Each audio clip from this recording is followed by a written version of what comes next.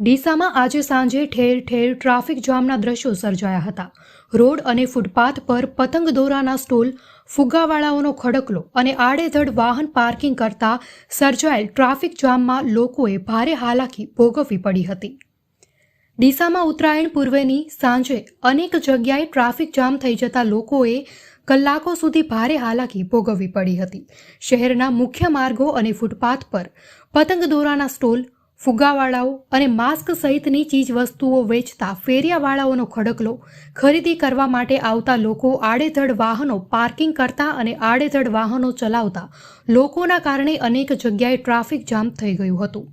જેમાં બગીચા સર્કલ, ફુવારા સર્કલ, જલારામ મંદિર આગળ ભારે ચક્કાજામ થતા લોકોએ કલાકો સુધી હાલાકી ભોગવવી પડી હતી.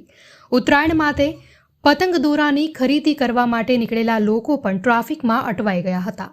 તો બીજી તરફ મુખ્ય સર્કલ પર ફરજ બજાવતા પોલીસ કર્મચારીઓ દિયોદર ખાતે ગૃહમંત્રીના બંદોબસ્તમાં હાજર મૂકી દેવાતા ટ્રાફિક પોલીસના અભાવે ટ્રાફિક પોઈન્ટ પણ ખાલી જોવા મળ્યા હતા.